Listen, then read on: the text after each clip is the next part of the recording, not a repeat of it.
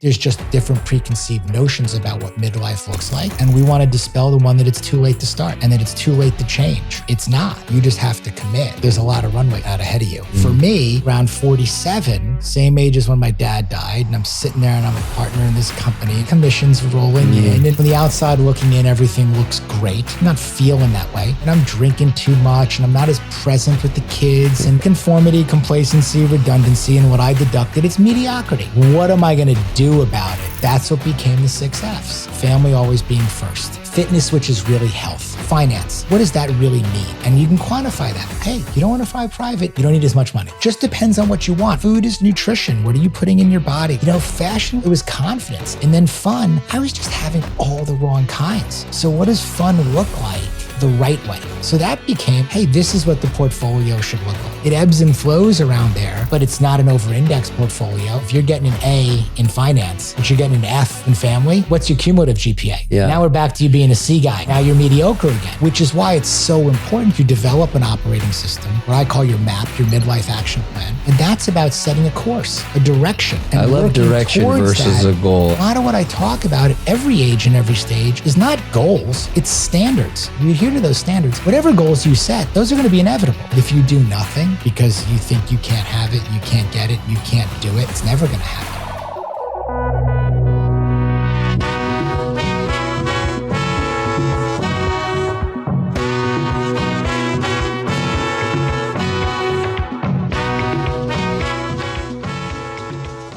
I find so often the case when I get to spend time with someone before we come on a podcast that it would have been cool to record some of that, even all of it, but I don't want to get too greedy. But it was awesome that you were able to come in early. We got to spend some time over at Matter and get, you were in the Theta Chamber. I got in my CVAC. And what did you think of the Theta Chamber?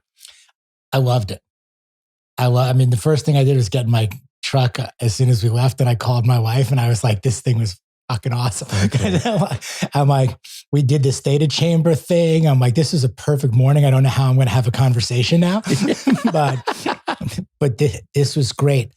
It starts to spin a little bit at the beginning. And I was like, oh, not sure what this is about. And then it settles in. Isn't that something? And it was just super deep and super relaxing and chill. So thanks for the experience. This was an unexpected gift and pleasure this morning to hang like that. Yeah, hell yeah. It's actually my 2 boys. They haven't been recently, but when we would go kind of earlier in the fall, that was their favorite thing to do was the Theta Chamber. And then in the Zippus room where we sat in the beginning, I would meet them there. And so we would hang out for 30 minutes and just get to catch up, with what's going on with life. And then I would go do whatever protocol I wanted to do. They would do what they wanted to do. And then we'd call it a day. The part of that just jumps out at me is, what a great bonding experience too. Yeah. Just so many choices on how we get to spend our time, and be with our kids. Yeah. And the fact that you can do those things together, make these good, healthy, positive choices, and sit there and do that. That's always the stuff that stands out to me, whatever you're into. We just happen to be into this kind of stuff. We are, but the fact that, you can do that with your kids. And I just got back from a father-son weekend too. And these things are just becoming more and more important to me and more valuable as our kids get older. Yeah. And there's that stat, that says, I think by the time your kids are 18, you will have spent 90% of the time, you're ever going to spend with them. And we just come back to that in our house a lot and go, we're going to be on the other side of that stat. I love that. We're going to do whatever we can to be on the other side of that stat. So these are the things that I click on. Somebody's saying, oh, you know what? You could easily do that alone, but you could also invite your kids to be with you. Yeah. Like, can you keep asking yourself that question? Which one's better, 1 or 2? Yeah. Yeah. And it always is a little bit of a bummer when I throw it out there to them and they're like, I can't make it today. And it's like, it's just such a bonus because as you said, we get to spend that time together. And underneath it all is like, we're doing things that are, super supportive of health and wellness and just to teach them that in a way that is very approachable and they get to feel it for themselves and they get to get excited about doing these things that frankly their friends aren't doing And so they get to, kind of brag to their buddies that I was in this thing called the theta chamber and it spins you around and I felt like this. And I think one of my kids felt like he was going on some sort of a journey at one point. It's like, that's pretty rad. I haven't had that in the chamber yet, but yeah, it's been a cool thing to introduce to them. In over the years, like you, I've done a lot of training, working out, and that hasn't always landed for them. One of my boys got really into working out and we work out together sometimes. And then he kind of started to do his own thing, and which is great. But now we don't do that part anymore. So I feel like this is just an easier way for us to do things that, particularly that I love, and to introduce them to something that it's like, this stuff is so good for you, and like, let's start to, mitigate some of the other damages we're doing, to ourselves. I think our situations are similar in that regard. We were talking about this before. My boys are 21 and 18 right now. I hope that they see their mom and I trying to do our best to live and lead by example, but they're not joining us in our workouts, racing into the gym. That's not really their thing. No. They've been healthy and athletic, and I'll drive home tonight to make it to our son's basketball game, and he's a senior in high school. But I think it's a marathon, again, not a sprint.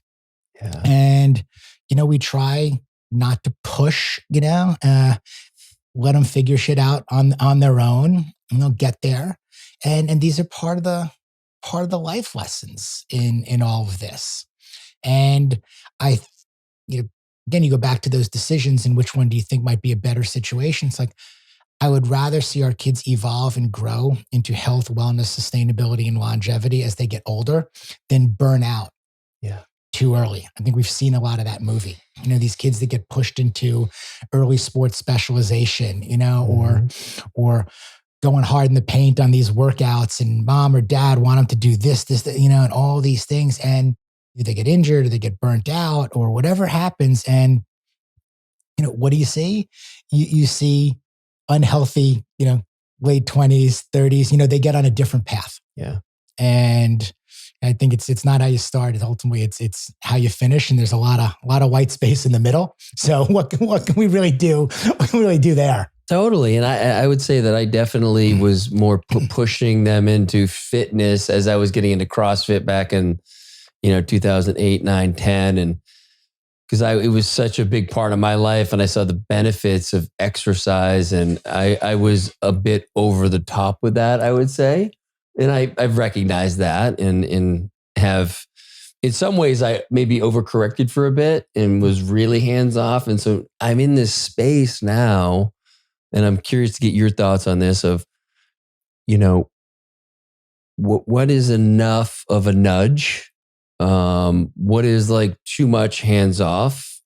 And like, whenever one of my kids is, let's just say, struggling, objectively, they're just having a hard time, I immediately go to, oh, fuck, what could I have done differently so that they're like, it's the natural reaction. As long as I stay with that long enough, I realize, oh, this doesn't really have much to do with me. I mean, I have a part in it, but ultimately, we were talking about this earlier, but this is his journey. This is her journey.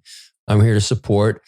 They need to work things out on their own in a lot of ways. And it's still difficult sometimes when I feel like they're stuck, as they're getting older. My boys, one just turned 19, but they were basically 18 and 21 a week ago, like yours. And when I feel like they're feeling like, oh, I wish I was doing something a little bit different. I wish I was a little further, whatever the questions they're having. I don't know that I take it personally, but I feel like, fuck, did I let them down? And then I remember that I feel that at 53, like, I wish I were. And then that's just creating this whole this whole life of suffering that on the one hand, I know better than, but I'm still susceptible to, I'm not doing enough. I think the middle is messy, but the middle is also the sweet spot.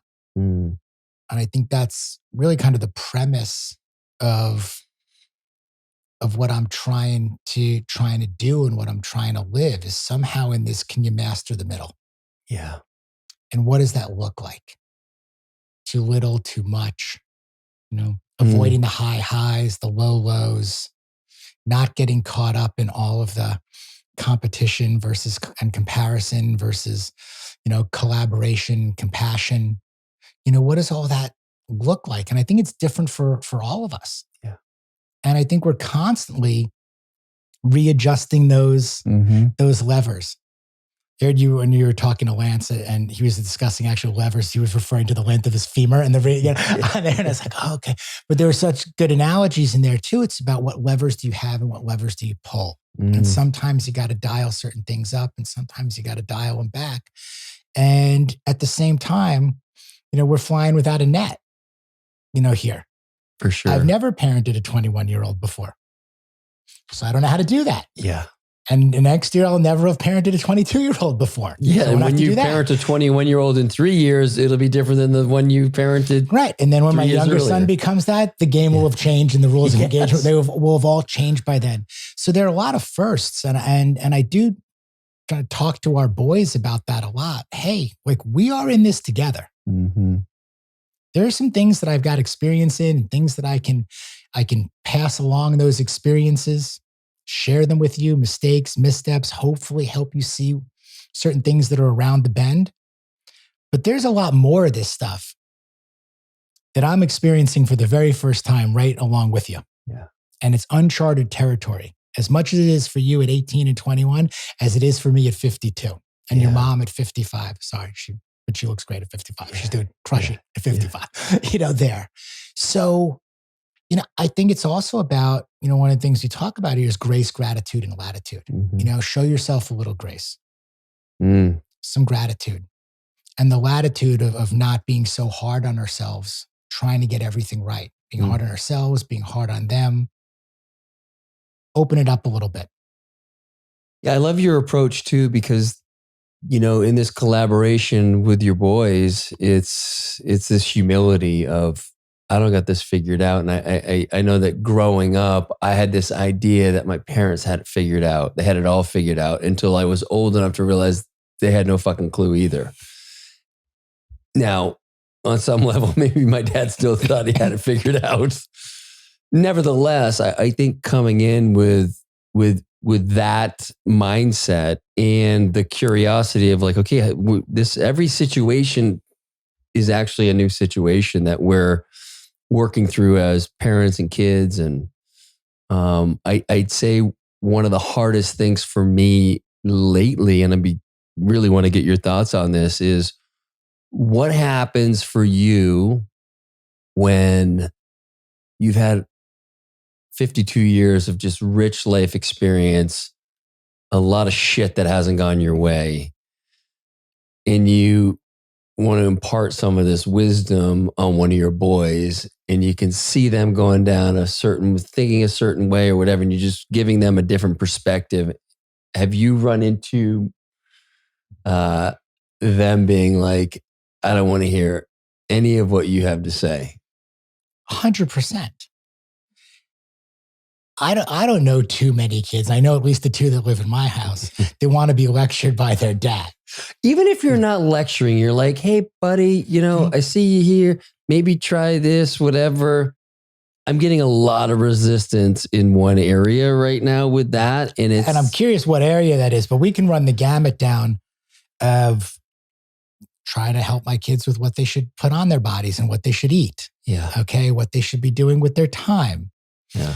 Could be, as simple as, combing your hair, being presentable, being backable, what it's going to take to be hireable. Yeah. Get an internship, accept calendar management. We could run the gamut on this. And I think even as parents, we could probably spend all day imparting our wisdom, on our kids all day. And do I get that pushback?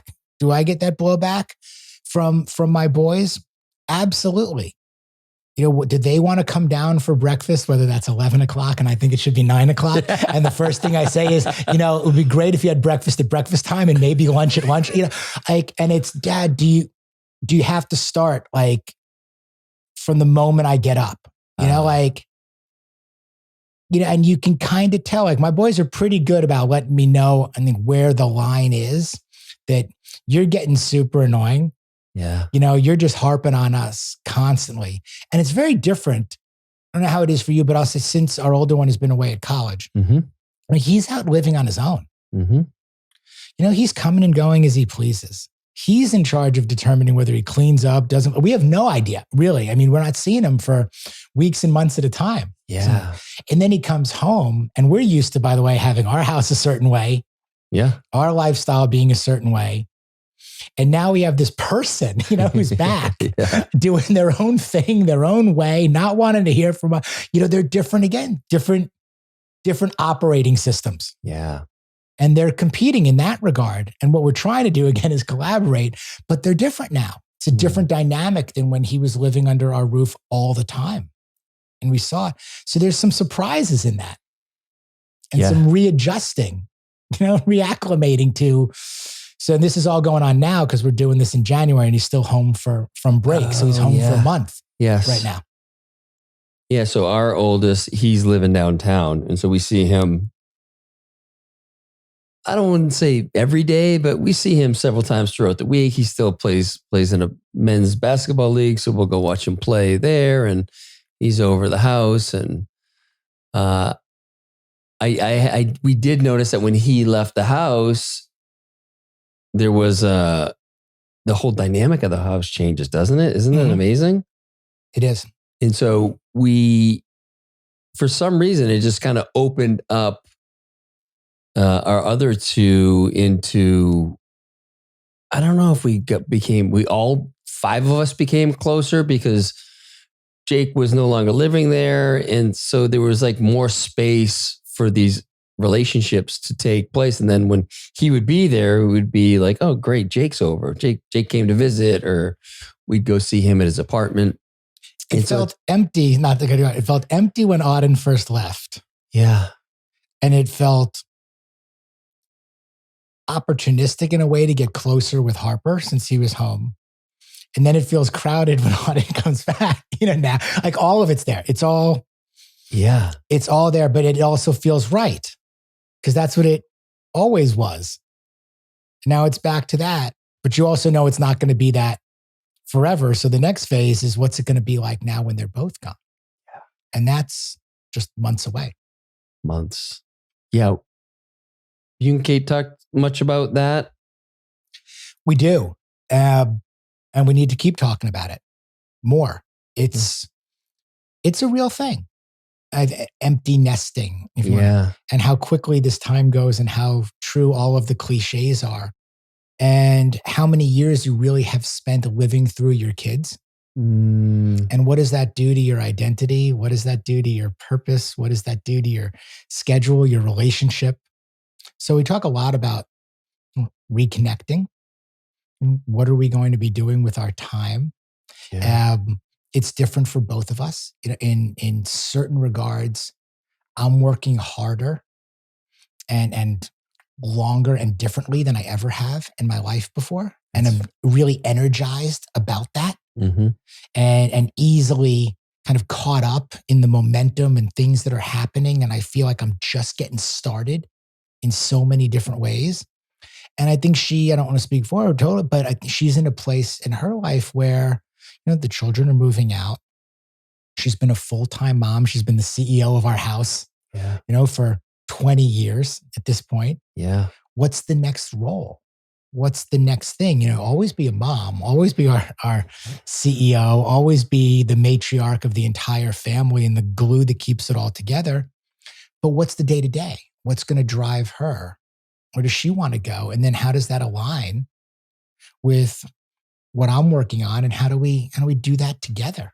So she's getting a lot more involved also in a lot of the things that I'm working on, which also was not pushed or was not forced or not, but organically. Like she came and hiked, Yeah. last year at Mont Tremblant with our group, and she's becoming much more involved with with what she's reading and listening to and study and passing along and saying, this is interesting, or what about this, or this is what women are going through, and this is what I'm here. So she's becoming much more attuned in that regard, and really just offering a lot of value. So I want to support, and I hope she's doing this too, and I know she is, leaning in, like lean into what drives you, lean into what excites you. And it's 50s are the middle, like we said. We keep coming back to this word, the middle. It's like, call it midlife. Everyone thinks that's the end. Yeah. It's not the end. It's the middle. It's literally like, if it was the end, we'd call it the end, but it's literally the middle. Why is this notion that our best days are somehow behind us as opposed to in front of us? So I'll just say, I think our 50s through 70s are going to be the best and most dynamic years of our lives. What makes you say that? Experience. I think at this point, we'll be married 24 years at the end of this month. I think we've ridden a lot of waves. It's been a roller coaster. The ups and the downs, the trials, tribulations, situations, and circumstances. And I think we're better prepared now to live our best days ahead of us. And, I say a lot, they stop seeing aging as something to fear, start seeing it as something aspirational. And that's what it is. We can take all that we've learned and then all that we're continuing to learn and apply it to how we want to live these years. And if you really think about it, our children are doing well, and we will support them, and we will continue to see them. Mm-hmm. It will be scheduled. That will be mapped out. That will be measurable. That will be quantifiable. Here we go. But we also have this time for ourselves. We're healthy. We're happy together. We have opportunities that we didn't have when we were in different seasons of our lives. We talked about 20s, 30s, 40s. You're going through different things then. And we can take advantage of them now, whether that's travel, whether it's prioritizing, the things that we enjoy and like to do right now. We're no longer these two ships passing in the wind with whether it is carpools and games and schools and all of this. Now we get some, I think we're getting another chapter of us time. Yeah. Well, it's one of those things I think a lot of people fear, because it's kind of where the rubber meets the road. It's like the kids aren't there to distract anymore. So we got to find out if we like each other. Exactly. And however it is for you and Peyton, I see all sides of this too. And I hear from guys now all over the country. Well, you work with so many men too. So I'm sure you get all kinds of data points. I understand both sides. Okay. There are high statistics of marriages that end in divorce after 20 plus years of marriages, after the kids leave the house, for exactly what you described. Stayed together for the kids. We become empty nesters. We're now together. We realize we don't have anything in common anymore, or we don't particularly like each other as much, or what are we doing? And now is the time we should probably separate so that we can try to enjoy or make the most out of the rest of our lives. I understand both sides. Mm-hmm. And I think these are really deep and personal decisions for everybody. We're fortunate in our relationship that we feel like, as hard as relationships are after 20 plus years, 25 together, 24 married, that we're also just kind of starting to hit our stride in some ways. Getting your head above water from being the parenting. And it's not that you haven't done, you in particular haven't had your, kind of professional career, but there's still, it's a big part. Fortunately, it's been a big part of your life is being a dad, and it's, again, not that you won't be a dad, but not having those boys under your roof and having that commitment. Well, think about the order that some of these things tend to go. Like early on, you think about being, the provider. Like, okay, like, oh, wow, if I'm married and we have kids now, like we're young, like I have to provide. So The problem for me is I still struggle with that hat, realizing that I've already done that.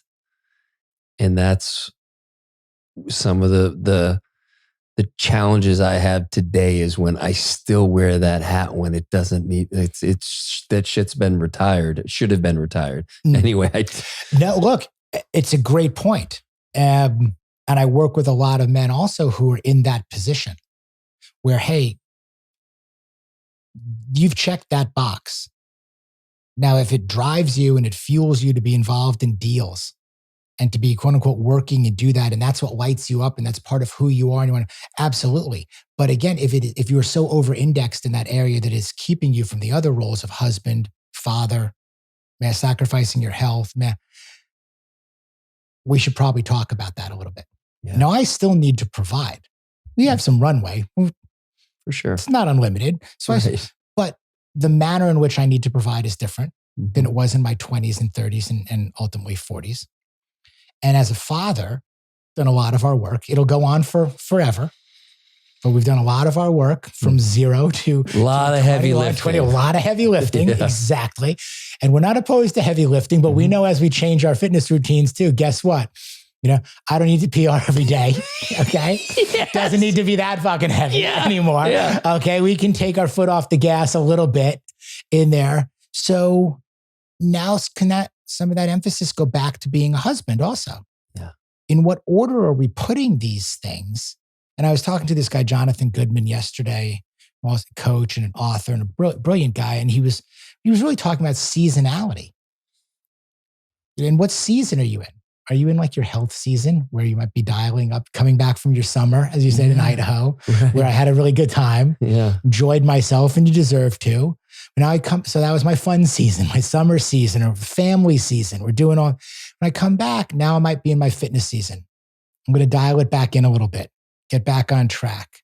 You know, you can't be all four seasons at the same time, right. At the same time. There's a seasonality to this and the prioritization that we just have to get kind of comfortable being uncomfortable with. All right. Now I cut you off as you were rolling through. We start off right in our 20s. I mean, and I'm guessing, I'm curious what, this is a whole another question that maybe we can answer later, but like, what do our boys feel in that, they're not to the point where they're providing, but they see dad and they see dad doing well in the provider category. Like, how much pressure does that put on them? The better question is, what can we do to help alleviate some of the, I don't want to say living in our shadow or trying to live up to what dad achieved in that category, or like, how do we just like let them know like this is your journey, and yes, you're gonna need to provide for yourself for one, and then maybe a partner and a family and all that. But like, have you navigated any of that at all, particularly with your older boy, or like trying to?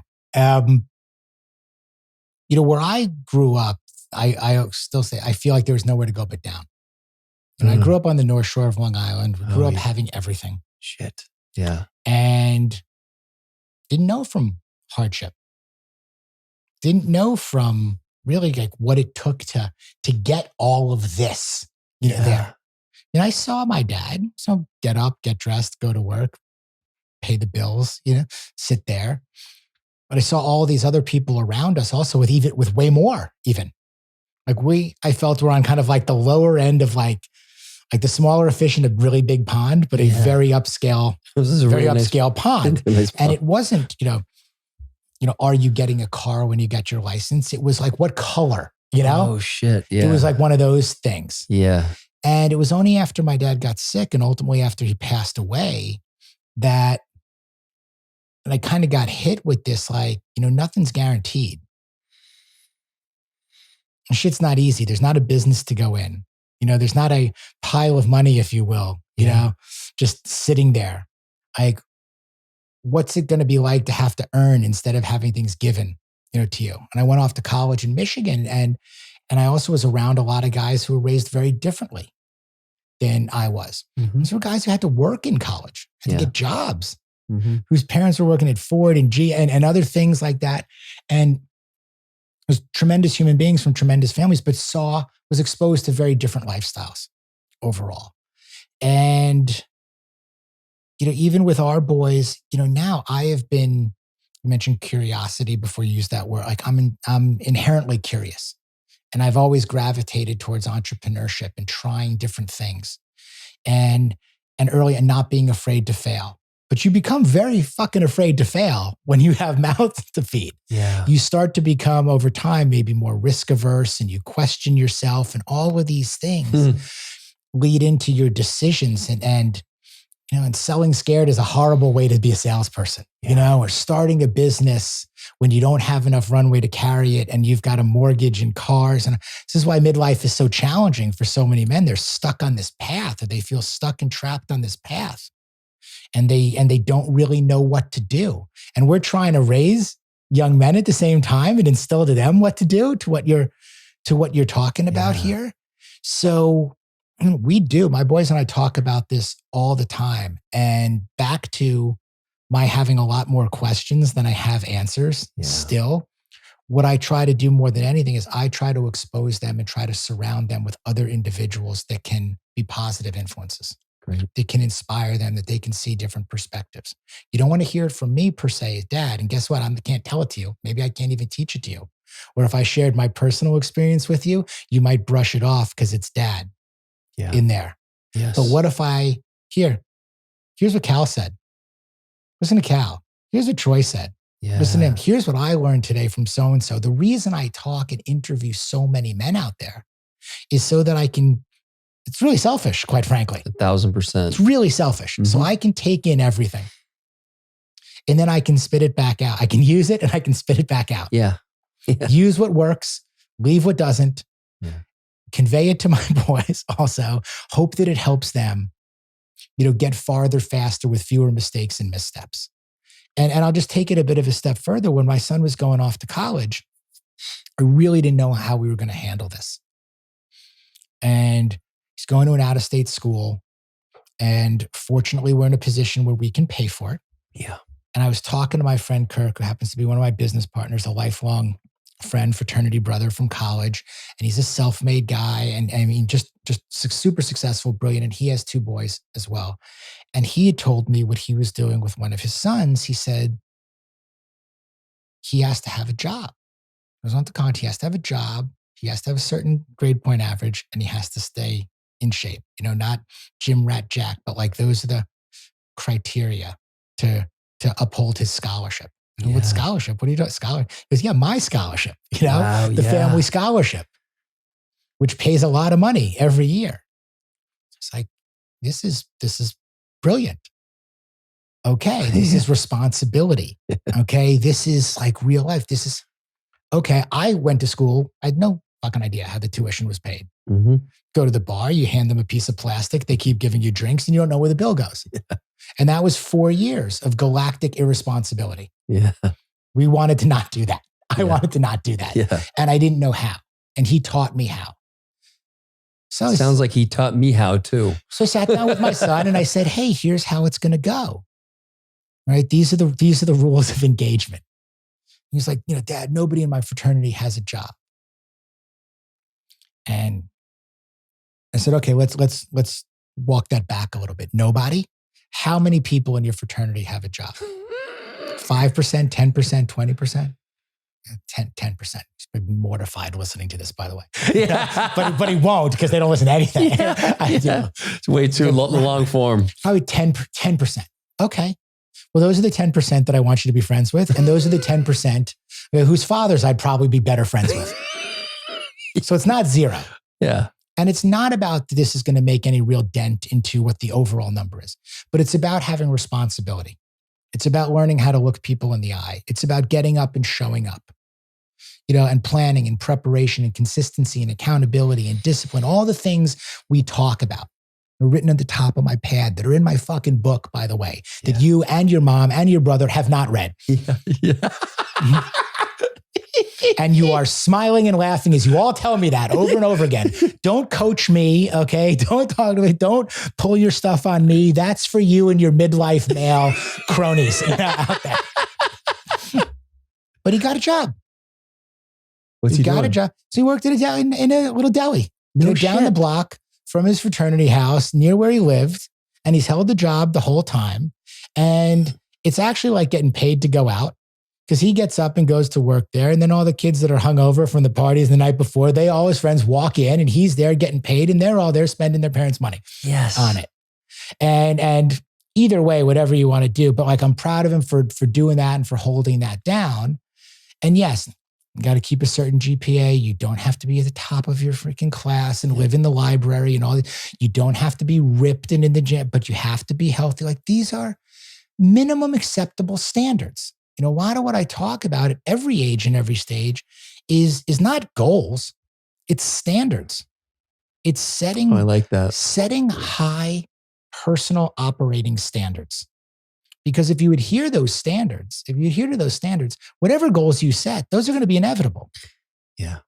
Because you're putting in the work each day to maintain that standard. And that's going to compound. So you're going to get where you want to go. It's not day one of the job that makes you feel proud. It's like day 90, day 120. It's not the one semester of making Dean's List. Can you do it again? Yeah. Like, I'm watching your video and I'm rambling about it, but I'm watching your video of you doing squats this morning, in the bunker, and it's cold outside and it's functional bodybuilding and you're looking at there. You don't have to do that. But I think people miss so much of what makes individuals successful, what transcends, success and effort into results. Yeah. The reason like this exists is because you're still doing that today. Yeah. You don't have to. You're doing it then and you're still doing it now. Be easier not to. And I have gone through seasons in the last number of years where I haven't. And maybe the initial reason why I needed to take a step away was a really good reason. And then what I found is when I lacked that consistency and that showing up for me and my health in that particular way. And it doesn't always have to be bodybuilding. It could be, for a year I rode the Peloton. That was my kind of mode of training. But I know that like when I'm dialed in, and I don't mean like dialed in, like fucking hitting the weights hard, but like when I am centered and grounded, there is an exercise regime that is consistent. And that consistency could be 5 days a week. It could be 3 days a week, with a few other like little movement things within that. But I know for me that there's something that happens. It's this remembering that I'm showing up for myself when that hour, maybe it's an hour and a half that I spend out there, I could be doing anything else with that time. Well, let's play with this a little bit because I think what you're touching on is really so good. And it's this notion of what consistency looks like. Mm-hmm. And how so many guys mistake what consistency looks like and what success looks like. They think consistency means, okay, I have to do this every day. The line perpetually goes up. And I don't think that's what it looks like. I think what consistency looks like is there are times when you're doing something every day. Then there's a period where you may take some time off.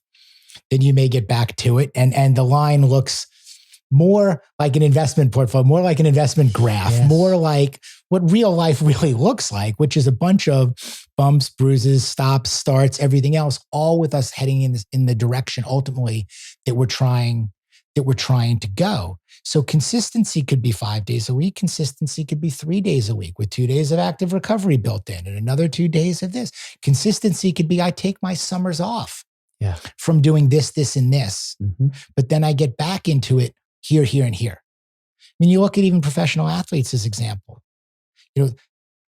They operate completely differently in season than they do in off season. Yeah. You look at businesses. What are their KPIs and their quarterly reports and their earnings seasons and certain things? There are seasonality in businesses too, where they're earning. So I think a lot of guys get hung up, and especially today, because everything seems so overwhelming and there's so much noise out there that you got to do everything every single freaking day. And if you're not waking up before the sunrise and going to bed with this, and you're not doing every one of these checklist things in a 19-point morning routine before, that it gets overwhelming so quickly. And what happens then is it becomes paralyzing. Yes. So you don't do anything. Because I don't even know where to start. This is all so confusing. And if I can't do it all, then I might as well not do anything. Yeah. Give me the hack. Give me the shortcut. Give me the Cliff Note version or what. And I think that's what freezes a lot of guys, and it prevents them from getting started because the finish line looks so far away. And we're brought up to look at that finish line and get to the finish line and get that. We're so results oriented, and it starts in school. And I have just a fucking big issue with school. But that has been the indoctrination. That's been my unlearning, is like, that's not how the most important things in life work for me. Well, but the truth is so ingrained. There is no finish line. No. You see, there's no finish line. There's no day you were ever going to finish a workout and go, done. Yeah. That's the finish line. I will stay this fit for the rest of my life by doing nothing from here. There is no point in your relationship, in your parent. There's no time we are going to hit a finish line and we're done now and everything is going to stay exactly the way I want it to stay because I've reached the finish line, which is why it's so important to develop routine, to develop an operating system, to develop standards, what I call your MAP, your Midlife Action Plan. Because if you don't know where you're going, you're never going to get there. And that's about setting a course, a direction.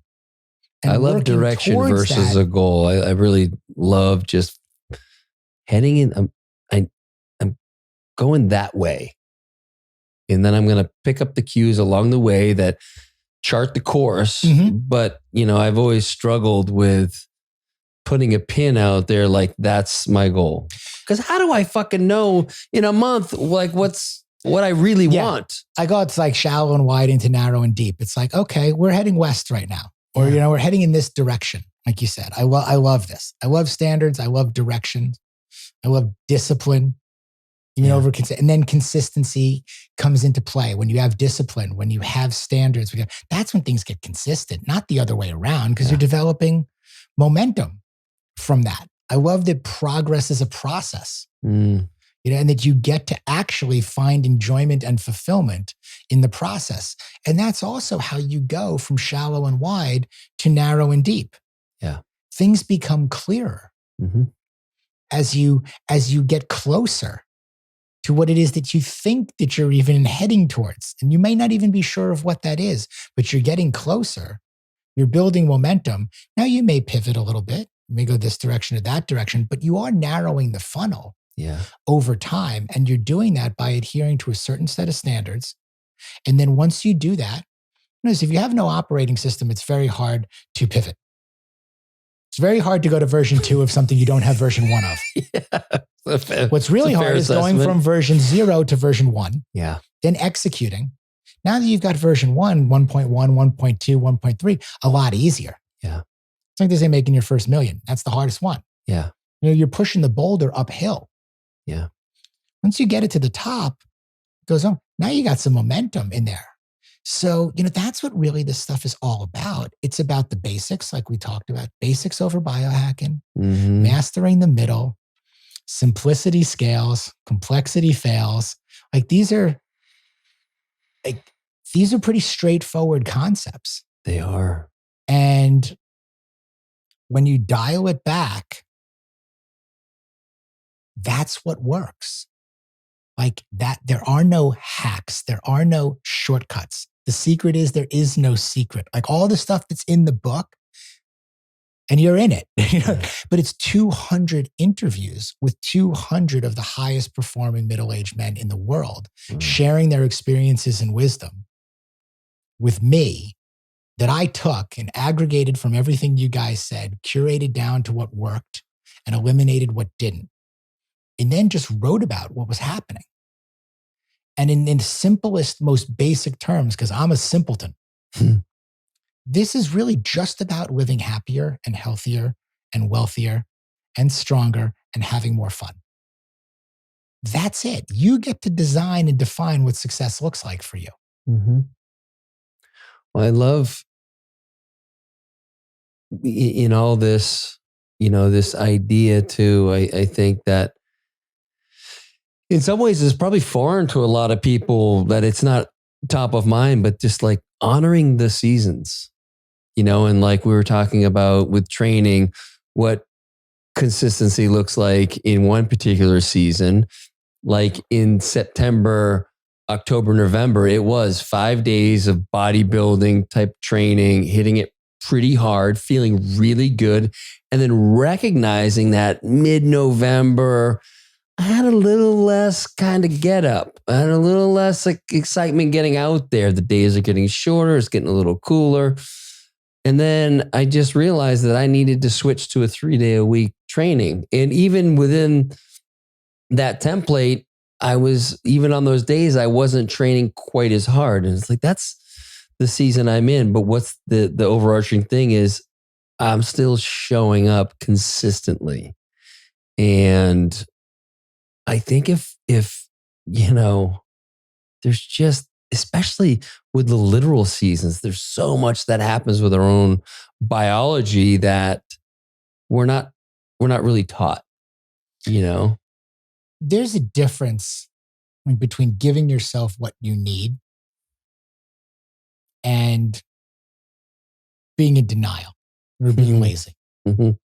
Mm-hmm. And we've just got to be honest with ourselves. The mirror doesn't lie. And I don't mean that in the aesthetics. I mean, if you get real, you get raw, you get naked, you stand in front of the mirror, you either like the guy in the mirror or that's looking back at you, or you do not. Yeah. You know the fucking answer. Yeah. You know whether you're putting in the work. You know whether you're not. You know whether you should have gotten up that morning and gotten to the gym, or whether or not the right move was to sleep in. Sometimes it can be both. Yeah. You know, are you really, getting it in and prioritizing, what you need to do to provide for your family or be there for your kids or what you're, we always know. We always know. The question is, are we willing to be honest with ourselves? Own it, take responsibility and accountability for it, and then do something about it. And none of us are perfect. Sure shit, not me. No. I will make a poor decision, multiple poor decisions every day. All I'm really trying to do is make the better choice, the better decision the majority of the time. Mm-hmm. So long as I can make the better choice the majority of the time, ultimately the majority of my life will get better. Yeah. That's been proven out. Because I know when I made the wrong choice the majority of the time, shit wasn't going well. Yeah. And when you're doing that. Yeah. And you can't blame anybody else for that. You get to control what you can control. And this is whether you're an entrepreneur. This is whether you're working for somebody else. No matter what, this is, I'm not buying, sorry, I'm not like getting on a high horse here, but it's like, I'm not buying like your situation, circumstances, whatever prohibit you from doing this or that. There is always something you can do. Well, I love the example we were talking about earlier where, someone would say to you, and I've heard it too, it's like, well, it must be nice. You have your own gym in your garage. And, I used to have one in my garage in Chicago. I have, obviously the bunker now. And you're like, yeah, but I only need a couple pieces of equipment. You take everything out. Like, there is always something you can do. You can open the door, put on a backpack if you don't have a rucksack, put some fucking books in there and go for a walk. You see this all, again, just look around. You don't have to interview 200 guys like I did. Just look around. Just look around wherever you are and think about what kind of guy you want to be. And then go out and be that guy. These are decisions. Do you go through the drive-thru? and fill your pie hole full of fattening fried foods every day? Mm-hmm. Or do you do a little meal prep in advance? Do you swap a soda for water? Do you walk outside and walk a mile today? You haven't before. Do you take the stairs? Can you do push-ups, body weight squat sit-ups? Can you invest $1 instead of spending $1? All of these things. And look around. There's always somebody who's got it worse off and harder than you. Yeah. And I'm not saying that to play the comparison game. Right. I'm saying that to be honest. And stop throwing the pity party for yourself. Yes. Because wherever you are, that's where you're starting from. Mm-hmm.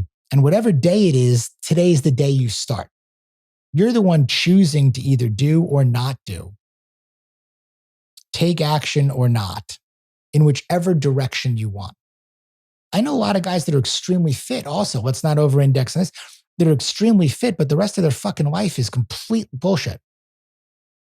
Because they're over-indexed in that area, and that's what makes them feel really good about themselves. They put in that 1 hour, they PR, they crush an image, and the rest of their life is falling apart. Other guys, I wore that hat back. Yeah, I've been that guy. I know what that feels like. You know the other side, I'm sure too. Guys that are making a ton of money, crushing it in their profession. They're going to die at their desk, and they're miserable. Yeah, everywhere else. I know more of those guys. Yeah. Again, and I feel for them. And it's a reminder for me when I start getting that little tickle, you need to be doing a little more in the provider category. Well, maybe I do, but it's not from a financial standpoint. It's like showing up, providing presence in the family. Like that's really I'm being called to. And I think largely I've been able to show up for that. But that's where I need to have the shift. It's like they're good with all of that other stuff that you've provided. Can you show up in a different way? Because the one way is pretty easy. It's a scoreboard and it's measurable.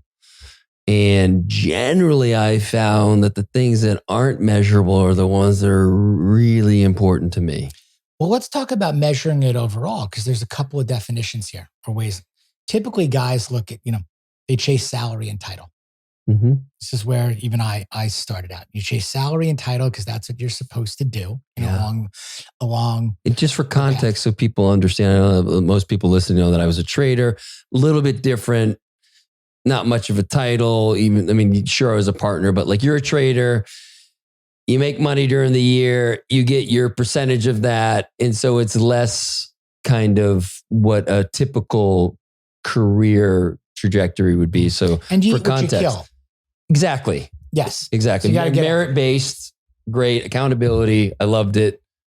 Perfect. And I was very similar. Always, either entrepreneur, started business when I produced some movies early on. Then I had a video company, then got into the risk management business, and we built up that firm, commission-based sale. Like everything for me was also always eat what you kill.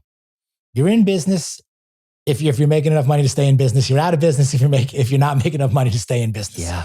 If you're building a book of business, you're either earning enough to support your lifestyle and growing that book of business, or you're not. Mm-hmm. Like you got skin in the game. So like I never got a quote unquote paycheck. Yeah. I never really got a paycheck on that. But guys are kind of wired to chase salary and title, if you will, and chase that. And that can be very one-dimensional. And to your point, a lot of other things can fall by the wayside. And that's where this whole concept of the 6 F's came from for me, which was around 47, same age as when my dad died. And I'm sitting there and I'm a partner in this company and like you, and I've got the book of business and the commissions rolling in. And I'm, from the outside looking in, everything looks great. I'm not feeling that way. Everybody thinks that you got it fucking licked. Yeah, and I'm not as healthy as I can be, and I'm drinking too much, and I'm not as present with the kids, and with Kate, but we're going to dinner, and the guys are at one end and the women are at the other end. It's very it is. It's very formulaic, totally. out there, and it's conformity, complacency, redundancy, and what I deducted, it's mediocrity. Yeah, it's mediocre. Yes, and going through the motions, really. And mediocrity happens by default. Maximization is what happens by design. And I had no design. Mm-hmm. That was it. I'm just following the path, going along with it. Misery loves company. Nobody really talks about it because what do you have to complain about? Yes. Overall. That's the one that gets a lot of us is, what do I have to, like, I was depressed in the early 2000s and I'm thinking, what do I have to be depressed about? Like, I got a great wife. I got a new kid. I'm making a bunch of money. I'm a partner. Da, da, da. It's like, that's not how it works, dude. Yeah. At all. It's not. And you can't escape it. And you're not going to get a lot of sympathy either. No. And you can't really share it with your partners or probably the other trait. At least I couldn't. I was fortunate. The main partner, Will Hobart, was an incredible father figure, even though he wasn't that much older than me, just a real man of integrity. And so when I was struggling, I'm like, I'm not doing great, dude. And so he was amazing. Which is an amazing step to take. And most guys don't have that person to go to or don't have the courage to take that step. Yeah. I didn't. I hid it. Which is, I'm not going to tell my partners about this because I could lose equity. We haven't, exited yet. I could, be viewed as the guy that doesn't really want to be here, is unhappy. Oh, yeah. Looking for the door, we don't, and I wasn't going to bring it home. By the way, don't get me wrong, because over the last couple of years, when I've been under a lot of anxiety and stuff that arguably I should have shared with Peyton, I didn't. So I had my own version of that, like the shame or whatever, like me being exposed as a fraud and not being able to provide, and like all the stories that I told myself. So I would just keep it right here. And then in keeping it here, I was distancing her from knowing me. And anyway, so I didn't bring it home either. Yeah. So it's like, I didn't bring it to work. Didn't really share it with any of my friends. Because I didn't want to be the guy. It's like, oh, here comes Greg again. Where you get the Heisman, you're like, oh, not that guy. You know those guys. Like, every time you see him, it's like, fucking Debbie Downer. Yeah. Oh, don't be that guy. And then I didn't bring it home because I didn't want to burden Kate with it. Yeah. And and certainly wasn't going to burden my kids, with it either. So you just internalize it. And then you try to find out what's for it. Some healthy, some unhealthy. Mm-hmm. So for a while, that's drinking. Yes. And you come up with a routine, and I would come home and I would pour the tequila and I'd walk the dog and I'd say, I'm only having one drink, but the one drink you pour is the equivalent of like 8, and the dog walks become longer and around the neighborhood. And you do this. And then if you turn that dial down, you realize that's not good for you. Then you go into the gym. And that's when I got really into CrossFit. Like, I'm going to go get my health back. Yeah. So now I'm over indexed in that direction. And all I'm doing is crushing it all day.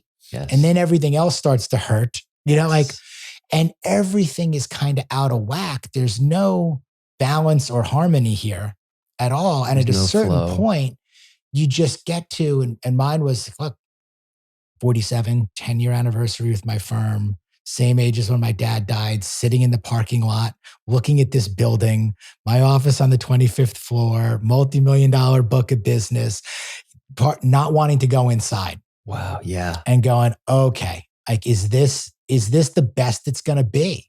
Oh, fuck yeah. Like that City Slickers movie moment. This is the best I'm going to look, the best I'm going to feel, the best I'm ever going to do. And it ain't that great. All right? Yeah. This is not it. Yeah. So what are we going to do now? Come on, genius. What are you going to do now? And how are you going to figure this out? And I just wrote down on a piece of paper, like, what was important. I wrote down a few things. Knowing what's important is what's most important. Okay, what does that mean? Can I actually take some time and answer that question? Was there something that prompted you to do that? Was there something you read or someone or does that just, it just came to you like, I need to get this on paper? Was it part of a practice? I'm not even a writer. Again, we go back to like the movie now, like it was like the Jerry Maguire thing. Like all of a sudden shit starts spilling out of you. I'm like, wait a minute, I have to start right now. Okay. Yeah. Because like what's going on here in this parking lot, like this can't happen, anymore. So like, what am I going to do about it? And I don't have anybody that I really feel like I can ask. So like, I'm Googling, I'm writing, I'm like, and I just started writing some stuff down. That's why I finally got into the building and I shut the door in my office. And I'm like, the only thing I'm working on right now is myself. Wow. No call, no anything, blank sheet of paper. It became multiple sheets of paper, piles of crumpled paper. It was like, Okay, knowing what's important is what's most important. Let's put that on the wall. I got to figure out what that is, what's really most important. Number two, if you don't know where you're going, you're never going to get there. I have no idea where I'm going. Yeah. I'm rudderless, right now. Number three, aggregate, curate, eliminate. I can take from all this stuff that's out there. I got to curate it down to what works, and I got to start eliminating the shit that doesn't work because everything was getting in. There was no filter on this. Number four, show me your calendar. I'll show you your priorities. Yeah. I don't know where that came from or who said that first or whatever. I don't know. But it was like I had nothing scheduled. I was completely reactive constantly. Personal priorities. I feel like that was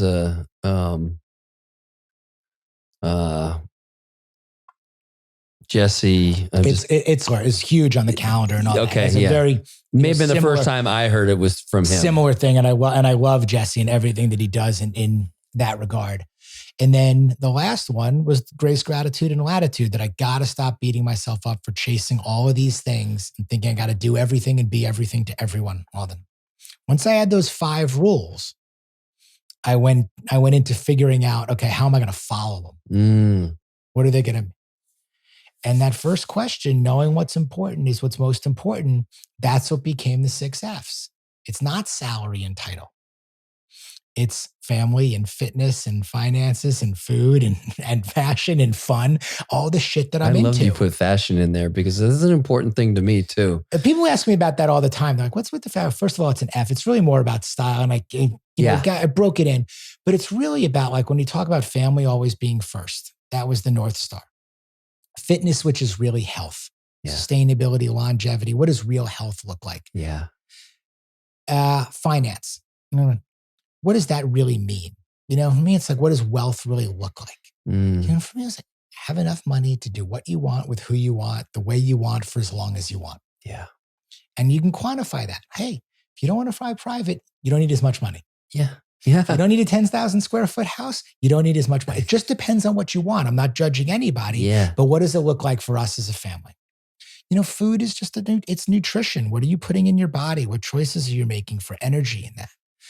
Fashion was style. It was confidence. I was wearing clothes I didn't like every day. That was the problem. Really? I was getting up and having to put this suit on and play this role and do all this. Yeah. And I fucking hated it. Some guys put on the navy blue suit and they feel like it's a power suit and they rock that shit. Yeah. I fucking hated it. Yeah. Hated having to dress the part, look the part, shave, do all these different things, like being controlled in any way. So I wanted to ditch that. Yeah. So it was about style and personal confidence and brand and having the autonomy. That's what it was about for me, and the confidence of feeling good about what you were in. And then fun, I was just having all the wrong kinds. Yeah. So what does fun look like the right way? What does it look like to try new experiences or climb a mountain or actually take that family trip, and do these? I was just having a lot of the wrong kinds of fun. So that became like, hey, this is what the portfolio should look like. Yeah. And get back to your seasonality. It's not a perfectly balanced portfolio. It ebbs and flows around there, but it's not an over-index portfolio. As you said, like if you're getting an A in finance, but you're getting an F, legitimate F in family. Yeah. What's your cumulative GPA? Yeah. Okay. Yeah. Now we're back to you being a C guy. Now you're mediocre again. So the idea was, what could my cumulative GPA be? Yeah. If I really applied myself in all of these areas, and what would my life look like by design if I approached it this way? And those just became the questions I started asking everybody, anybody I could. How do you see it? How do you do it? What's your perspective? It's so interesting because as you were kind of bringing up the City Slickers analogy, I had never thought about my leaving trading. So I left in 2013. I was 41. If you'd asked me then, 12 years ago, like, was I going to get much better than that? Health-wise, all like my experiences, and I would have never in a million years thought that like my life would have become this rich. And it has nothing to do with finances. It's just like the people I've met, the things I do, fucking have a podcast, right? I've done it for 5 years. Like the experiencers are so outside of like what I thought was possible. And it's so funny. I've never thought about that. And it's a reminder. It's so funny. I was listening to a podcast yesterday.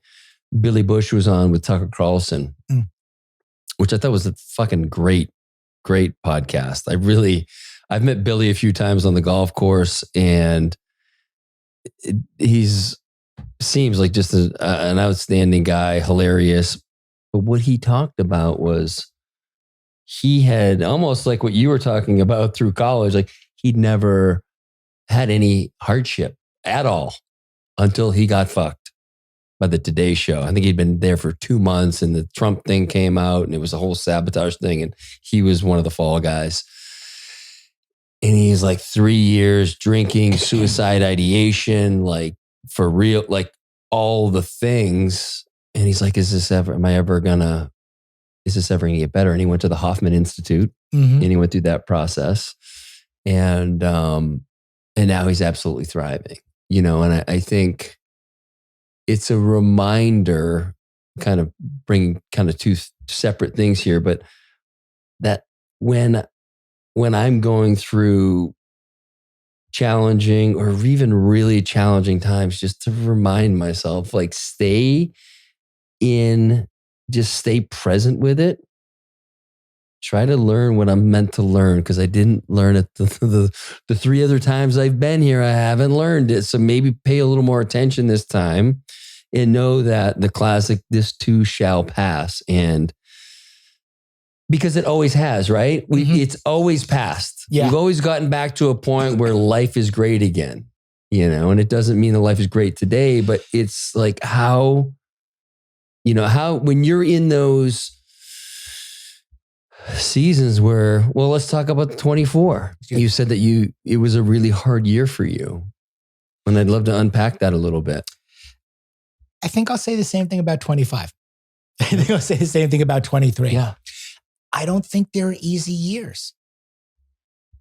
At least I haven't really experienced many. There are always challenges. There are some that are easier than others. 24 was really challenging. I was coming off of the high of when we did sell our firm. Yeah. That provided some opportunity and some open space in this area to be creative and do some of these things and sit in the backyard and write and do. And you can get lazy. You can get a little complacent that way too. You can be busy instead of necessarily being productive. You can be creative. You can be all these things, and you can get into some other deals and do some really cool shit in there.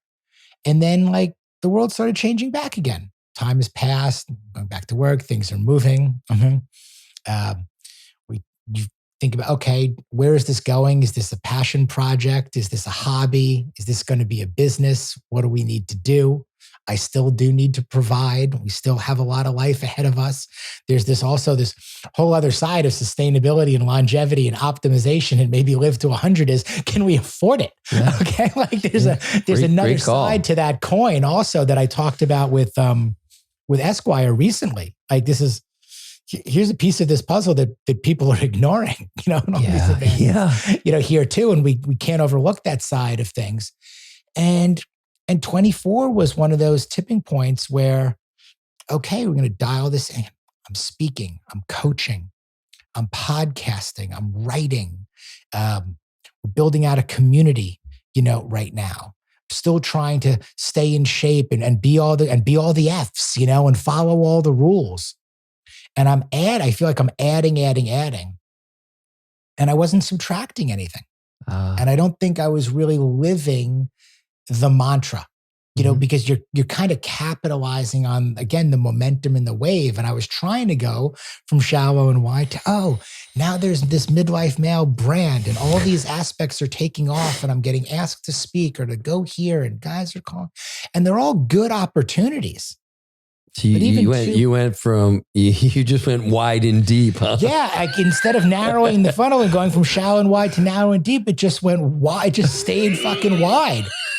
Like, where are the guardrails? Where are the boundaries? Like, where's the shaving down to, you know, back to the standards, you know, that we talked about? I just found myself getting overwhelmed with even too much of a good thing is too much of a good thing. Mm-hmm. And because of that, the execution was going down. Mm-hmm. My bandwidth was depleted. My performance was getting depleted. Mm-hmm. My presence was starting to zone out again around the people I cared about the most. I wasn't doing the things that I enjoyed doing the way that I was enjoying doing. They were starting to feel like work again. Oh, do I have to film this? You know, or I have to talk about this? Yeah. Do we have to record this? They have to versus get to. Yeah. Right. Have to, get to, want to, you know, in there too. All of those things. And I also got hurt. You know, I had this shoulder issue, vascular thoracic outlet syndrome thing. Like one of my big goals in 24 was to pick jujitsu back up again and do jujitsu. And I got into jujitsu in January and I'm loving it. And by February, I can't fucking move my arm. No shit. And I was having, and blew up like a balloon and there was vascular and I'm getting all these tests done. And when your identity and your mental and physical state is so wrapped around like getting up and working out every day and doing these things. And the definition of fitness by nature is to be fit for duty. And here I am unfit by definition. I can't perform. Mm-hmm. You tell me, go do that. And I have to say to you, I'm sorry, I can't do that.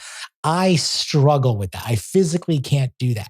I'm unable to compete today. Mm-hmm.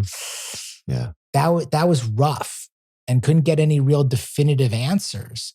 And then you start to wrestle with imposter syndrome. Mm-hmm. You know? Am I a fraud? Can I keep talking about this stuff and doing this stuff if I can't actually do the stuff? Yeah. You know, really, I'm not bulletproof, not impenetrable. This stuff isn't going in all the right directions. And I'm supposed to be the guy that now I wrote the book on it. Yeah. Supposed to be coaching on it today. And I got to jump on a coaching call, you know, and I'm bawling my eyes out, you know, because I can't go lift today or I can't go do something and I don't like what I'm seeing and feeling. I don't have an outlet for it anymore. So 24 was tough. 24 was tough in that regard. And it sounds like boo-hoo, pity party, you know, and it is to an extent, but we all have them. And I think they're real. And what I've tried to learn from it and apply from it is do less with more focus. Focus on what I can do, not what I can't do. Control what I can control. Go back to the basics. Simplicity, mastering the middle. And that's what I'm really working on now. And that means saying no to certain things. A lot of things. Yes. You know, we talked about the podcast. I've done 250 something episodes, if you will, of the podcast over the last however many years. I got to make a phone call later this week about I'm not going to do that anymore. Yep. You know, what we're doing with the newsletter and what we're doing with the community is working and it's enough right now. And still record the conversation and still do, but again, like focus on delivering real value and expertise, you know, and being the best in the world at helping men maximize middle age in the manner that the men need it the most. Well, and then I would argue that what happened, particularly with your injury, was exactly the medicine you needed to further fill up that medicine bag of yours when you're in front of these men and you're sharing with these men. You know, now you have, you know, some learnings, not that you read in a book, but your own experience about the dangers of feeling really tied to a particular identity. And that's one that resonates with me, the fitness one. And there are seasons when I'm in a great place with that, where if I couldn't work out and wasn't that guy, I'm okay with that. Cause that's something I do. And, there's like this kind of continuum where I find myself sliding back and forth on. And it's all okay. It's all very much a human experience. And it's a great reminder that when that's taken away from you, like how much does that hurt, and and what am I meant to learn from this experience? I think you nailed it there. It's, I think you either win or you learn. There's no losing in this anymore. We're winning or we're learning throughout. I tell my boys that also. And it is a way of perpetuating and trying to keep moving forward and trying to remove yourself from these pity parties and realize, okay, what am I hearing? What am I learning? How am I going to apply, and how am I going to ultimately get better, in each of these areas? But the other thing that has really come, I think, to be proven true is that everything that we think we should be or need to be, and have to be or put out there, we don't. Mm-hmm. It's the opposite. If you think you need to be big and strong and tough and impenetrable and have all the answers in order to make a living or be this person or to do this and live this brand, you don't. You know what lands the best? When you peel it all back and you go, you know what, this was a hard year. I'm broken. And I'm going to try to rebuild, and I'm going to come back stronger. Here are the mistakes I made. Yeah. Here's what I'm going to do to correct them. Here's where I went wrong. Here's who I treated poorly. Here's where I treated myself poorly. All of those things. The truth is, it's, I don't know how I don't get some of this stuff earlier. Again, I'm a slow learner and a late bloomer on all this stuff. Brother, I'm telling you. Wait a minute. Didn't I just tell you we did like 250 episodes of this? Not one fucking guy came on the show and talked about how easy it was. Not one guy came on and talked about how success came naturally to him. No. How the line went exactly in the right direction, exactly as planned. And let me tell you how perfectly I got it. And I have all the answers. Every one of them came on and talked about their failures. They talked about their mistakes. They talked about the missteps. They talked about what went wrong. They talked about mentors and people that helped them. All of these things, and they got real and they got raw and they got vulnerable, which is a sign of strength, not a sign of weakness. Yes. And you go, oh, light bulb. Okay. Like everything I thought was wrong. So like you're talking about unlearning, like the whole premise of this. Yeah. That's what so much of this has been. It has been a conscious and unconscious unlearning of so many preconceived notions and ideologies and thoughts and ways that we're supposed to do things and expected to do things that has to go away. It has to. In just in my own experience, I think it's probably fairly common that once we unlearn something down the road, we're going to relearn the old thing, or we're going to have to unlearn it at a new level, hopefully. Mm-hmm. But like, I find myself continuing to come back to particular lessons. And I, as you were speaking, I thought about something I heard recently, that there are no mistakes. There are just lessons, to be learned, and to remember that. And, again, I talk about this provider hat that I love to throw on, because I've done a great job with that. And then when my expectation of where that should be is higher than where it's at, that's a challenge to the ego, for sure, to my sense of who I am, as particularly as a husband, but also as a dad, what I'm providing. And, I look back on this year and how I've navigated it, and it was really fucking hard too. And when I really think about it, like I'm proud of how resourceful I was in the face of there not seem to be many great options. And there were times when I checked out, when I numbed myself, whether, in the summertime, certainly golf was a big part of that. I would play that anyway, but that was a way for me not to deal. And then all the things that came along with it was a little bit of cannabis. It was some microdosing mushrooms. It was some of this. It was some of that. It was anything not to feel what I was really being asked to feel in that pain. But I also recognized that chapter, that season was going to come to a close, and it was going to be time to man up and face the shit I needed to face. And that's where I needed to unwind all the different ways that I was distracting myself. And I was proud of how I navigated that part of it too. And I gave myself some grace on how I navigated the summer by not dealing with it, and I think sometimes we don't have the tools. We're not in the right mindset. And I think it's, in my experience, there's nothing wrong with pausing for a moment. I think men in particular are problem solvers, and where you can ask any woman, we're quick to give the answer, and when there aren't many answers there, I would prefer to be able to just sit in the pain of that and just feel what I need to feel. But in the summertime this past year, I didn't feel equipped. And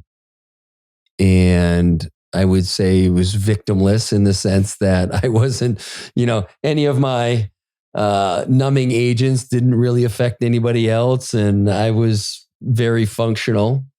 But it was, upon reflection was really hard. And I don't really have any expectations for 2025, except that we live in fucking interesting times. And did you see the thing that came out today with Zuckerberg on Facebook? It was why we were at Matter. Is this about the board members that he just put on? Because I read about the new board members that he added yesterday, but I haven't seen anything today. They're moving their content they're getting rid of, what do they have? They're getting rid of their fact checkers. They're going into a community notes model like X. They're moving those folks, content moderators, from California to Texas, where politically it's different. I was watching this thing and I'm like, this has to be AI. It's like bizarre that he is a complete about face. Like basically, like, we fucked this thing up. We, had all these systems in place and they make mistakes, and we're going to dial that back. We're going to focus on the things that are illegal and dangerous, but, dissenting views and stuff like that. We want to so I never saw that coming. And I think when you watch the video, it's, again, you're like, this has got to be AI. Was that really Mark Zuckerberg saying these things? I'll definitely check it out. I come back to, on so many of those things, these guys can see where the puck is going. They're privy to so many things. Oh, yeah. that I'm not. When I think about, again, what's relatable and again, and it's credible to me, so much of that seems off the spectrum. And I go back to like that old advertising campaign, like act locally, think globally, kind of thing. Yeah. Where it's like, there's a lot going on in the world. There's a lot that I would like to see changed. Mm-hmm. There's a lot of movement and everything out there, perpetual motion. What can I do in my little local area? And by low, I even mean like really micro, like the four walls of my own house. Yeah. Okay. What really affects my day-to-day life, my family's day-to-day life? And if I can act in that regard, and do I want to have my finger on the pulse of what provides, again, health and happiness and fitness and wealth and all this? Yeah, to an extent. Mm-hmm. But I also kind of have a good idea right now, and I think of what my portion is, like what I'm looking for. Yeah. So my investment thesis, is not to be on the cutting edge of risk taking and AI and tech and try to track and follow these things and the volatility of the market or anything else. Like my thesis is more, and my portion is, can I get 6 to 8% compounding interest in a stable? You have to, very, like risk averse, to an extent. Extend our runway and do things this way. So, and there's so much hypocrisy, out there too. One day it's this, and the next day it's this, and maybe again I just don't totally understand it. So I go back to, what do I understand, and what feels right for me, and what feels right for us. And there's a lot that we've also passed already. Meaning that, like, hey, at 52 and my wife is at 55, and where we are in certain areas and our boys at a certain way, what's the window we have to think about? Like realistically, what race are we running? Yeah. Not running Zuckerberg's race. No. That's for damn sure. Yeah. Not running Elon's race. No. Not running a lot of races. Yeah. And in any of these areas, look, if this guy's running a 6-minute mile, he's going to beat me.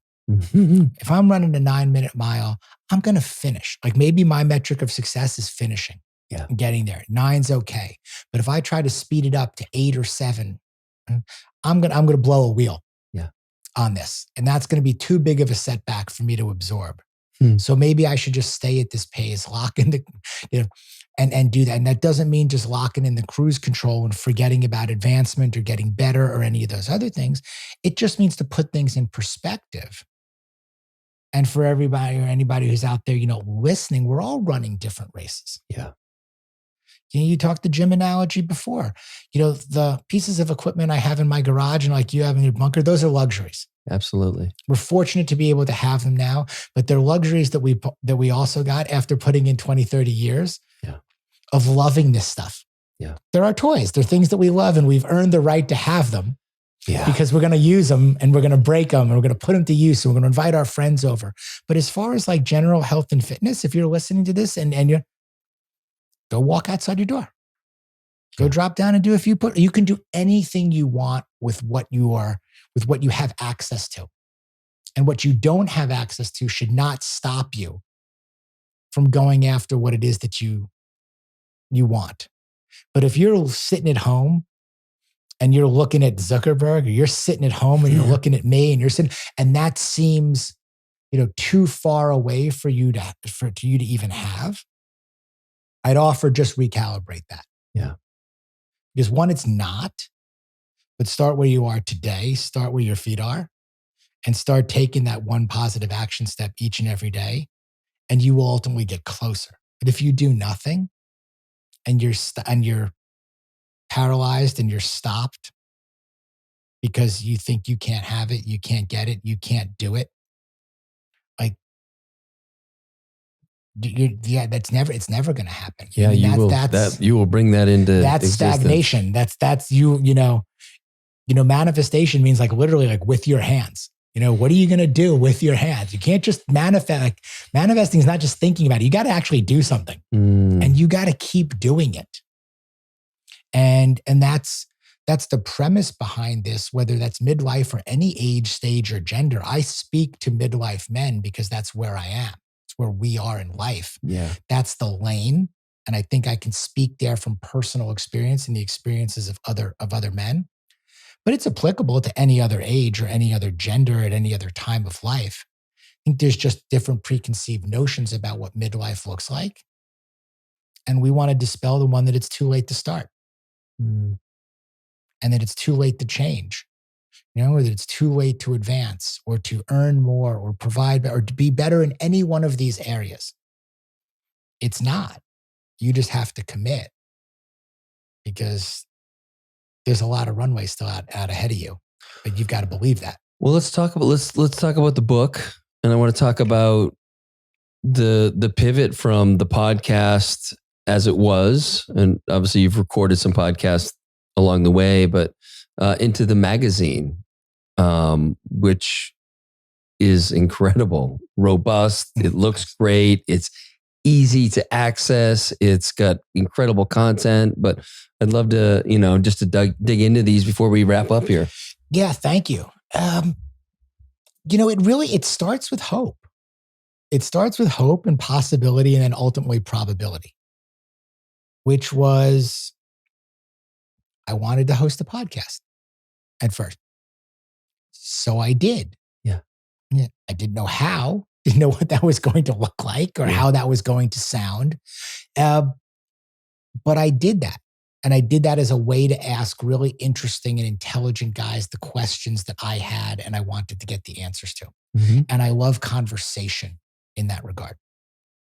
And that was successful and I checked the number of boxes, there. And that led to the book. And writing the book and putting that together was a really, really interesting process. And I don't even consider myself a writer. So when, say, was there like a master plan, around this podcast, to book, to coaching, to speaking, to the magazine? No, there was no master plan around any of this. It was, I had questions I didn't have anybody to ask. So I figured, let me bring a microphone.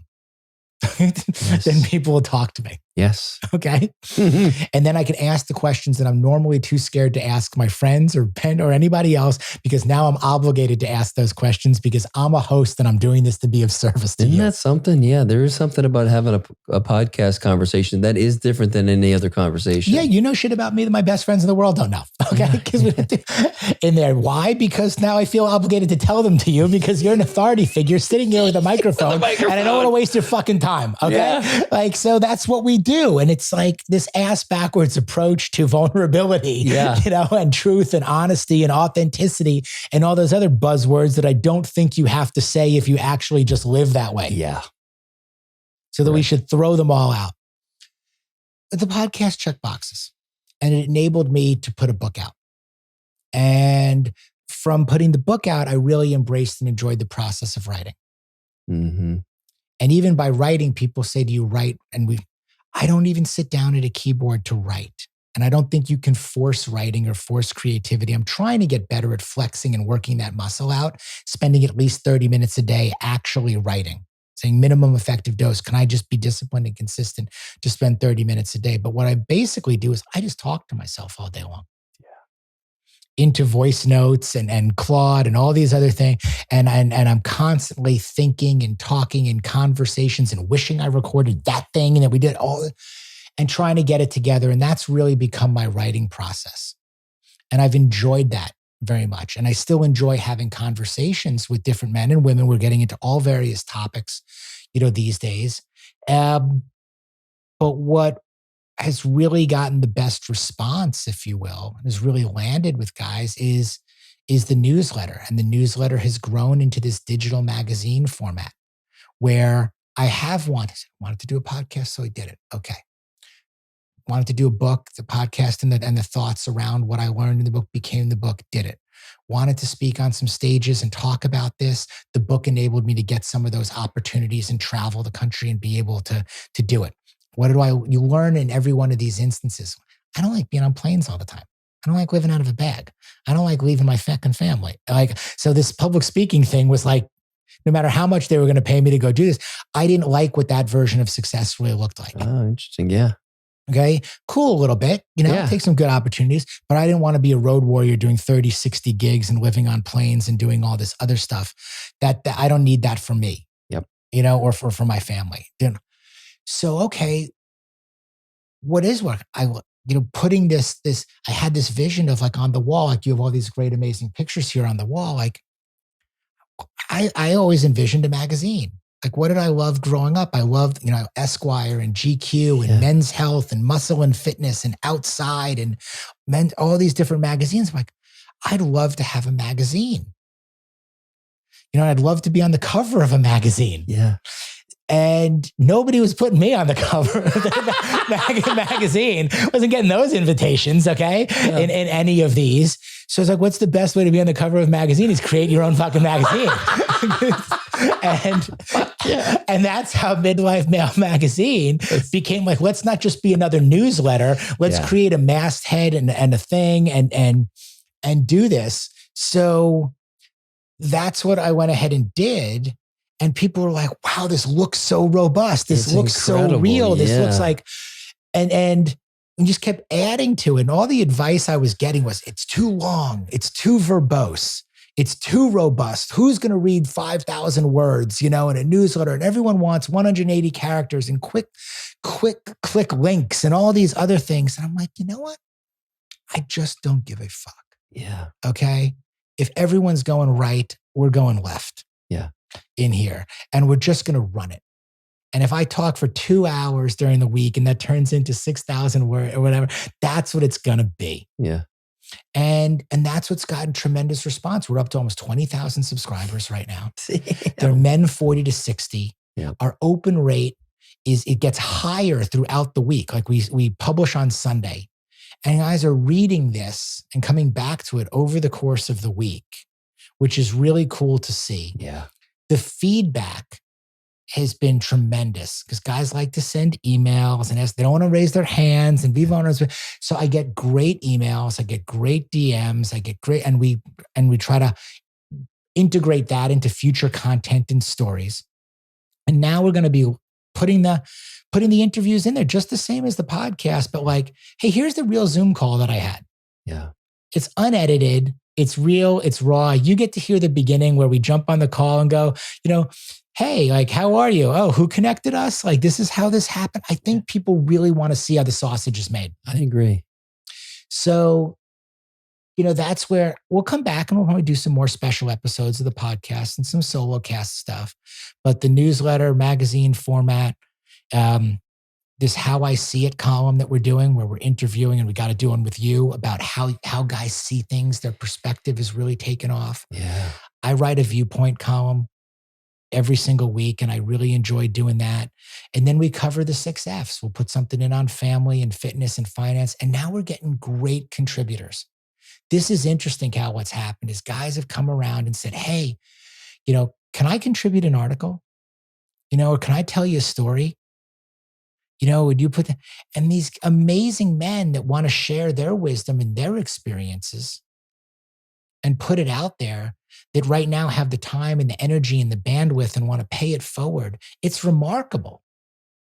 So we're getting great contributors as well, and trying to, again, in mastering the middle, be at that intersection of, personal passion, professional expertise, style and substance, as deep as we'll go with articles and content. And we did a big piece on suicide recently, both in middle age and with young men, Mm-hmm. these things. And that really, it struck a chord. And it's unfortunate we have to write a piece like that because it's so prevalent. But here's what's also really interesting. It's like we write a big, deep piece on that and it gets great attention. And as you scroll down through the newsletter, people still want to click on what sunglasses I'm wearing.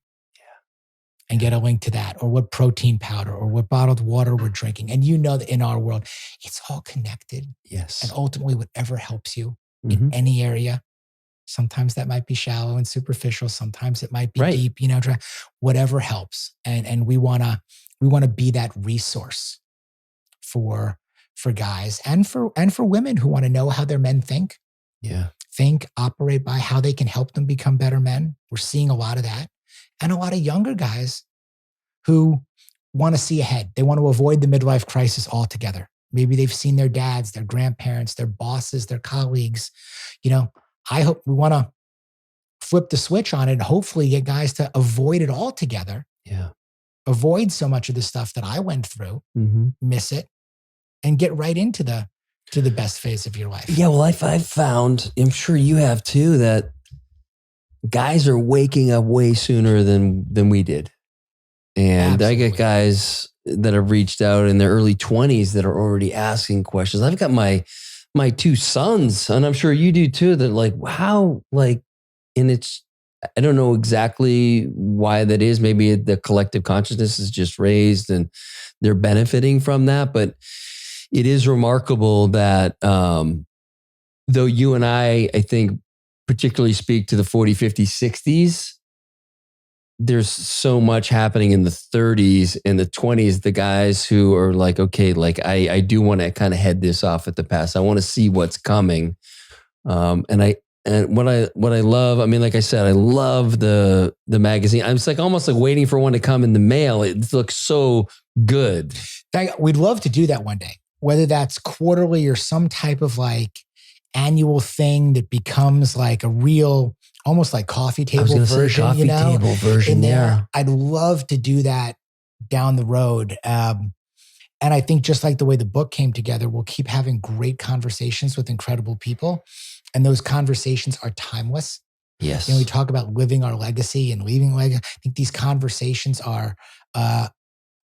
you'll be able to point to these men at certain times of their life that were able to impart value and wisdom. So yeah, not to cut you out, I'd love to do that kind of thing eventually, or other versions around the book, or this library and archive of material and wisdom that is there, that I think can help so many men and people in general on so many different levels as we acquire the material, as we acquire the data, around all these things too. Think and operate and purchase and buy, all these other things that are happening right now, which leads to community, our inner circle community, and talking about this and having guys on. It leads to events and experiences, things that guys like you and I want to do.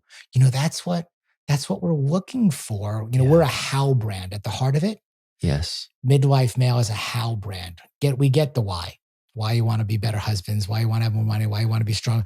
What guys struggle with is they struggle with the how. Yeah, I love that. Yeah, it's actionable. And I hope anyone who's listening to you today for the first time, that credibility really resonates, because what you are doing is you're showing men how. And we talked about this before we got on, but both of us like to curate for people. We like to go in and do the heavy lifting and drink the wrong protein powder and then get the right one. It could be across any number of areas. And I know I love sharing that. I know you love sharing that. And it's not like you're doing it because there's an angle there for you. And obviously some things, yes, I'll have an affiliate code for something, but by and large, I'm sharing shit that I love and that works for me. And maybe it's not going to work for me in a year, but right now, this is my current reality, and this is what I'm loving. And like you said, I reserve the right to change my mind, right? Exactly. And I love that so much, because it's like, this is where we are right now, based on what we know, based on the knowledge and information we have today, based on what's working for us today. I'm not telling you it's going to be forever either. I think, and I love that word curate.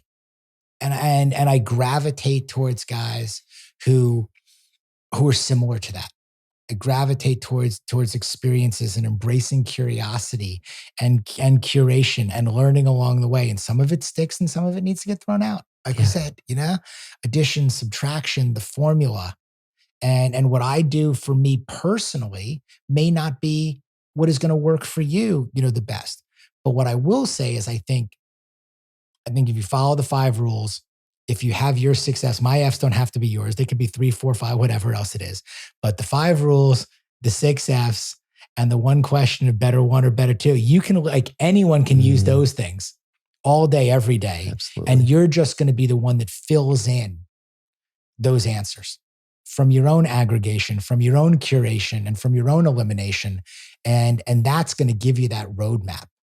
And when you've got that roadmap, not like a golden retriever, man. You throw the ball, bring it back. Like, you just have to follow it. And that's where the discipline and the preparation and the accountability comes in. And if you can do those things, then the consistency, then you get the consistency part. Now you really got something. And that's not complicated. Like, we come full circle on this. That's right. That's simplicity. That's keeping it simple, following the plan, running your own race. But you got to have one. So that's where you start. And I hope that's what we're doing, is helping guys get that start, provide that road, that plan, that way to do it, that how. When we say how to maximize midlife, well, here it is. Go subscribe to the newsletter and you're going to get it. You're going to get that free PDF. Yeah. We're just giving it away.